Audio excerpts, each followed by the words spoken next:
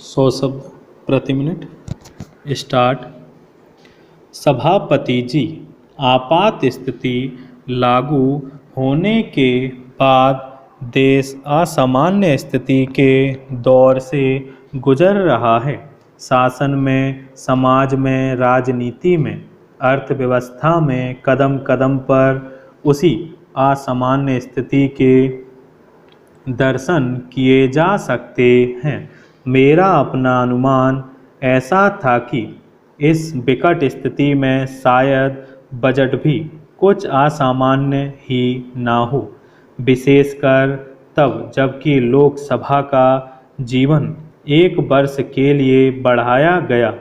उससे मेरे जैसे सदस्यों को यह आशंका होने लगी कि इस वर्ष शायद कुछ भारी टैक्स देश की जनता पर लगे, लेकिन जिस तरह का बजट पेश किया गया है, इसको अगर मैं एक शब्द में कहूँ तो यह असामान्य स्थिति में सामान्य बजट है। बहुत दिनों के बाद सरकार कुछ व्यवहारिक बनी है। कई सालों से इस बात की मांग थी कि सरकार देश में आर्थिक संतुलन बनाए रखने के लिए व्यवहारिक कदम उठाए। इस बात से तो सरकार चिंतित थी कि देश में करोड़ों रुपए का काला धन जमा हो रहा है, लेकिन उसके कारण क्या है, किस तरीके से भविष्य में काला धन न बने, उसको रोका जा सके, इस बात की ओर कोई विशेष ध्यान नहीं दिया गया।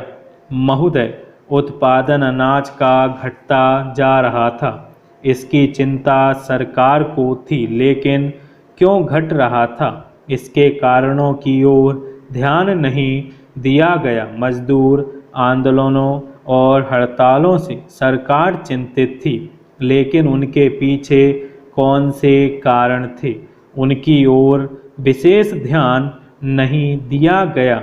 इसी तरह से जो विदेशों में बसे हुए भारतीय हैं, वे करोड़ों अरबों रुपए की राशि विदेशों में जमा कराते हैं, किंतु भारत में उस पूंजी को नहीं लगाया जा रहा है। शायद पहली बार इस प्रकार का बजट आया है जिसमें इस बात की व्यवस्था की गई है कि काला धन केवल निकलकर बाहर ही न आए, बल्कि काले धन का भविष्य में निर्माण भी न हो। इसके लिए शीघ्र कदम उठाए जाने चाहिए। मैं समझता हूँ कि सरकार ने इसी कारण आयकर की सीमा 77% से घटाकर 66% की, लेकिन जो देश की और दुनिया की स्थिति है उसको ध्यान में रखते हुए अगर हमें सचमुच काले धन के निर्माण पर रोक लगानी है तो संभवतः इस कदम को और पीछे ले जाना पड़ेगा, जिससे स्वतः आयकर देने में या दूसरी तरह के टैक्स देने में कठिनाई न हो और लोगों को चोरी और बेईमानी करने की आदत से बचाया जा सके। महोदय, उत्पादन में श्रमिकों की साझेदारी के बारे में भी सोचा गया है और कुछ निर्णय भी लिए गए हैं ताकि उत्पादन में श्रमिकों को भी कुछ भाग मिल सके। यह बहुत बड़ा कदम है।